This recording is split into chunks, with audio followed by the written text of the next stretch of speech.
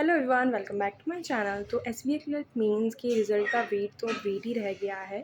पहले तो लग भी रहा था कि 19 ऑफ अप्रैल तक शायद जो है रिज़ल्ट पब्लिश हो जाए, बट अब वो डेट ही निकल गई है, तो वो जो वेट था वो भी चला गया। अब तो पता ही है कि भाई इलेक्शन तक तो कुछ होने से रहा।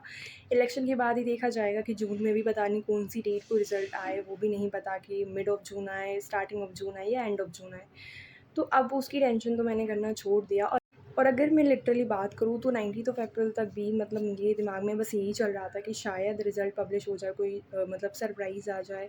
अब जैसे कि प्रीलिम्स में भी हुआ था कि रात के टाइम में जो है रिज़ल्ट आया था, तो मुझे लगा कि शायद हो सकता है कि रात को रिज़ल्ट पब्लिश करें या फिर अचानक से कुछ ऐसा हो जाए कि बस रिज़ल्ट आ गया, बट ऐसा कुछ नहीं हुआ। तो अब वो तो छोड़ो टेंशन, अब ये देखना है कि हमें आगे की क्या तैयारी करनी है, बिकॉज़ टाइम बहुत प्रीशियस है। और अगर मैं बात करूँ तो अब जो है एग्ज़ाम्स में भी बहुत ज़्यादा दिन नहीं बचे। अगस्त से exam back to back start हो जाएंगे, तो उतना टाइम ही नहीं मिलेगा। तो अब यहाँ पे ना बहुत ज़्यादा कन्फ्यूज़न इस बात की भी लोगों के अंदर होगी कि वो बैंकिंग की प्रिपरेशन करें या एसएससी की। अगर मैं अपनी बात करूँ तो जैसे कि मैं लास्ट ईयर से जो है बैंकिंग की प्रिपरेशन कर रही हूँ, तो मुझे 1 साल तो हो गया बैंकिंग की प्रिपरेशन करते हुए। अब इस साल मुझे किन चीज़ों पे फ़ोकस करना है, तो पहली बात तो देखो, प्रीलिम्स का जो एक बेसिक होता है, जो पढ़ना होता है, वो तो मैं पढ़ चुकी हूँ। तो अब मेरे को ये है कि मेरे को जो है प्रीलिम्स के मॉक लगाने हैं, ताकि मैं अपनी स्पीड एंड एक्यूरेसी को है बूस्ट कर सकूँ। उसके अलावा मेरा पूरा जो फ़ोकस होगा वो मेंस पे रहेगा। अगर मैं एसएससी की बात करूँ तो मैं एसएससी में सोच रही हूँ कि इस साल मैं सीजीएल को टारगेट करूँ, तो मेरे पूरे दिन में जो भी टाइम निकलेगा तो मैं उसमें ऐसे जो सीजीएल के लिए उसके लिए भी पढ़ूँगी ज़रूर।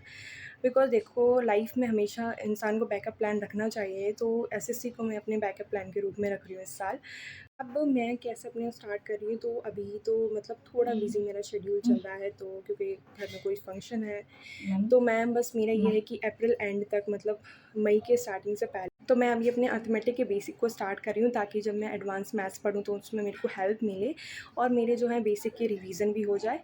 इसके अलावा मतलब अप्रैल एंड तक मुझे अपना ये पूरे अप्रैल मंथ का जीके भी कंप्लीट करना है, जो कि मैं स्मार्टकेडा से कर रही हूँ वीकली पीडीएफ से।